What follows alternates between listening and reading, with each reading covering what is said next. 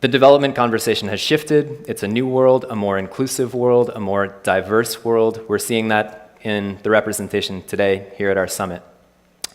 Can the same thing be said for the humanitarian system? Are you crowding in and learning from the same community of diverse actors to the extent that you could and should be among the humanitarian Well, look, I think you should never give yourself an A. So, of course, we should be doing better in the humanitarian sector, and I call it a humanitarian sector because I think we haven't yet got the agreed outcomes, agreed accountabilities, agreed systems of funding flow to qualify as being a genuine system.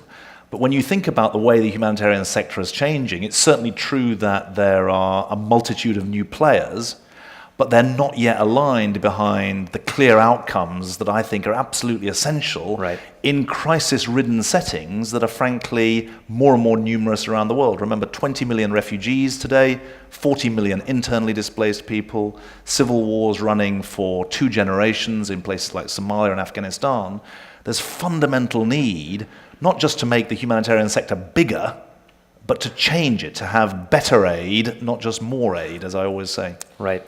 This conversation was meant to sort of come to a head at the World Humanitarian Summit recently. What will it take to put some action behind some of the conversations? Well, you'd think that 20 million refugees and 40 million internally displaced people and UN funding at 40% would be enough of a crisis to generate the kind of political leadership that's necessary. But the truth is that these are very difficult policy problems and very difficult political problems. Which you're solving later this afternoon. Well, we'll see. But I think there's an important moment coming up, not just in your presidential election. Remember, there's a new UN Secretary General being appointed this year. Frankly, the needs of those 60 million people, 1 in every 120 people on the planet caught up by conflict, their needs have got to be center stage in the auditions and job interviews that are going to take place publicly, it's good to see, for this role. Because frankly, the UN is at the absolute core of humanitarian response.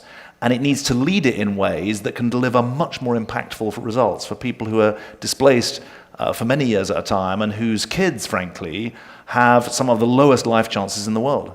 So what is your impression of the process that we've seen so far? Well, it's a more public process, which is a good thing.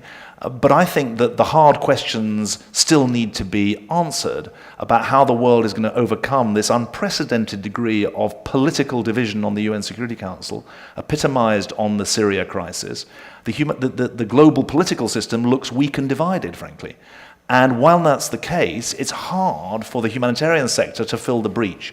We as an NGO, the International Rescue Committee is unusual in being an NGO that's both an international humanitarian aid agency and a domestic US refugee resettlement agency in 29 US cities. And we're being forced into the front line in Syria, in Somalia, in Afghanistan, as governments and the international political system retreat. And that is not a sustainable way forward. So there needs to be political change, but also, I would argue, policy change in the way the humanitarian sector works. Right. One of the things that we're celebrating here today is diversity and inclusion and the vast number of different capabilities and ideas that different kinds of organizations can bring to development. You're talking about stronger leadership, a bit more authority, maybe a more centralized idea of what organizations are trying to accomplish. How do you crowd in diversity? I don't recognize the centralized, but what I would say is there need to be some agreed outcomes that the humanitarian sector is driving for. So let's agree some outcomes in education, in health, in protection of women and kids, in driving up employment and income of refugees and displaced people. And then let's challenge the public sector, whether it calls itself humanitarian or development. Let's challenge the NGO sector in both categories. And frankly, let's challenge the corporate sector as well to align itself behind those goals. And I think there's a big role for the private sector to change the conversation from just corporate social responsibility to corporate social results. What's actually the impact of the investments and partnerships and relationships that we're developing? Because I'm very conscious that for us as an NGO, we've got to be in a position to be a partner, not just for the exercise of responsibility, but for the delivery of results. And that's why our mantra is about outcomes, evidence-based programming, R&D. Where's the R&D in the humanitarian sector? These are fundamental questions that we need to address. Right. You're referring to both the humanitarian sector and the development community. Do you see a need for more division of responsibility between those two or less? No, less, obviously, because the places that are poor and stable, the countries that are poor and stable, are often also places that have pockets of violence and corruption and instability, and they're also the places that receive a lot of refugees or displaced people.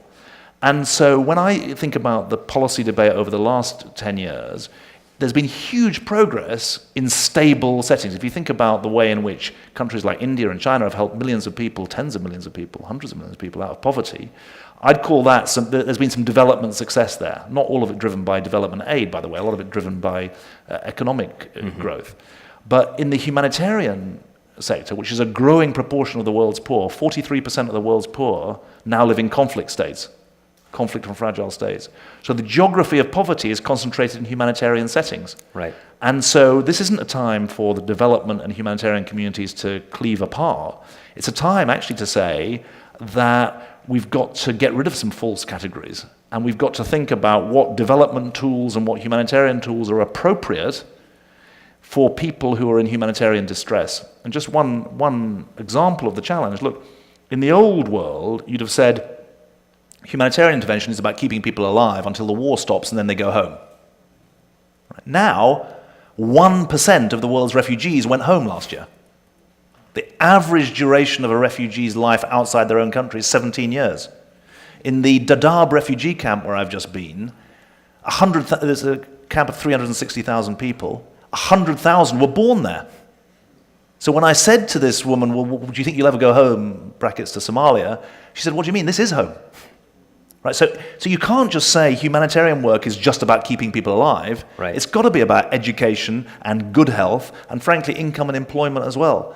And that is I don't want to call that a humanitarian or a development agenda, it's both. And so, sorry for the longer answer than maybe You're the one who's... I know, but once you get me going, once you give an ex-politician a platform and you'll never shut him up. But the point is that these two sectors have got to not just learn from each other, but help each other.